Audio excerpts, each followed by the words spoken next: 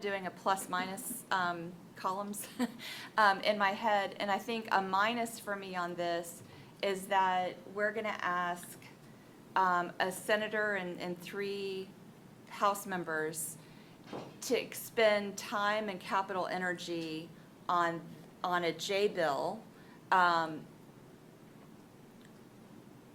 when I'm not sure that our bigger ask of them would be an appropriations or would be something else legislatively that we would want for the district. And that's where I'm kind of getting stuck on that, is because we only have so many asks.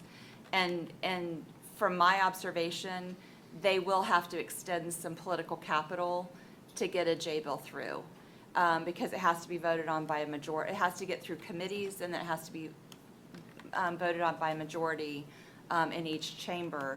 I would urge us and potentially the chair, when are we going to actually solidify and get some of these answers that we need? Because I think people are going to ask them. So are we going to use OGC as the second part that's going to support the district? Is that officially going to happen? What is the conflict resolution piece like if things do happen? Do we put a lawyer on retainer to ensure that if things do go a certain way, we have a retainer? So just things that we need to make sure that we have our ducks in a row. Because if we want it to pass, we need to be able to articulate why, like when the questions start to come, and not just be because we think it's a great idea and people. You guys have hit upon all the pluses and so forth, and again, 100% a policy call, but I had some other thoughts, and I don't know if you want to hear them.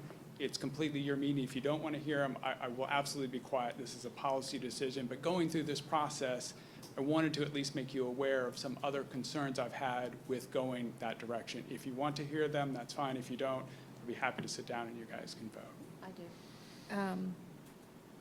do. Seems like we have a majority that wants to hear them. A couple of points just on hiring an attorney. FRS is a plus for a lot of the pool that you're looking for.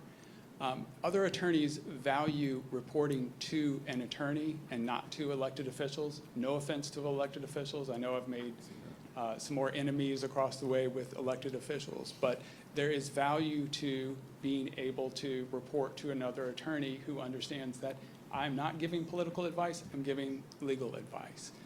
So that might make it easier for me to hire someone than for you. Similarly, there is more stability typically, because there could be board turnover, then that person is viewed as the board's attorney. We want to get our own attorney, so an attorney coming in doesn't see a stable position. Similarly, I am concerned whenever I deal with my attorneys to make sure they know that they are responsible to me. Yes, they have an obligation to work with their client, work hard to get yes, but they are not yes lawyers. They have to be firm. I like our system where no one hires their own attorney.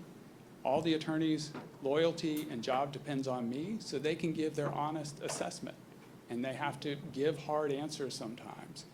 I'm concerned if there is a political body hiring it, that attorney would want to shade his or her advice to please the political party. Again, these are just concerns that I have, and I understand. I just wanted to make sure that you understood them. I'm also concerned about an attorney giving you advice that is incorrect. And look, we all make mistakes, I'm not saying that.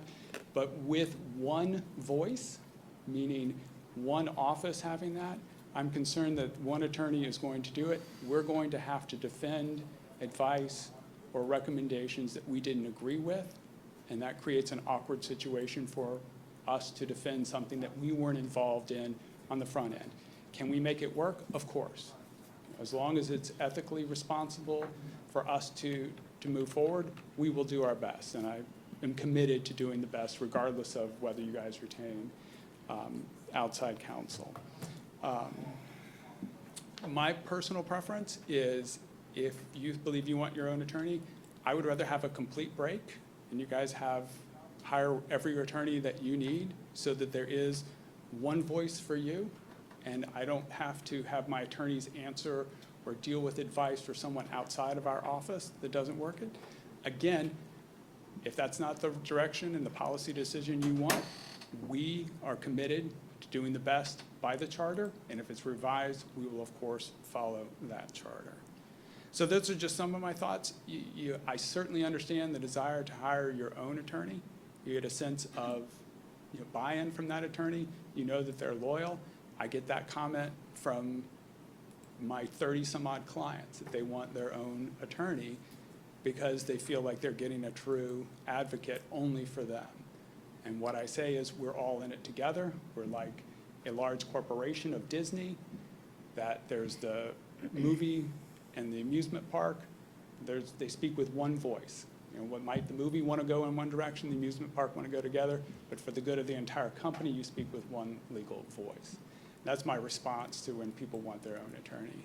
And we've worked really hard to make sure that we build up the trust and that people know that even if we are not their sole attorney, that we are advocating, making sure that they understand their position, and their position has been heard.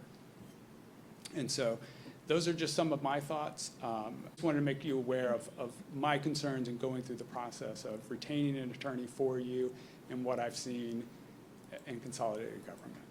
And I still remain happy to answer any questions going forward. Okay. All right, Board Member Bolduc, we're going to just make one more round. Even if we need to go ahead and call for the vote, I think we've hashed this out. I am willing to, Please ask your school board representative to propose an agenda item to reverse their decision to push for a J bill and instead ask the city council to pass these two ordinances instead.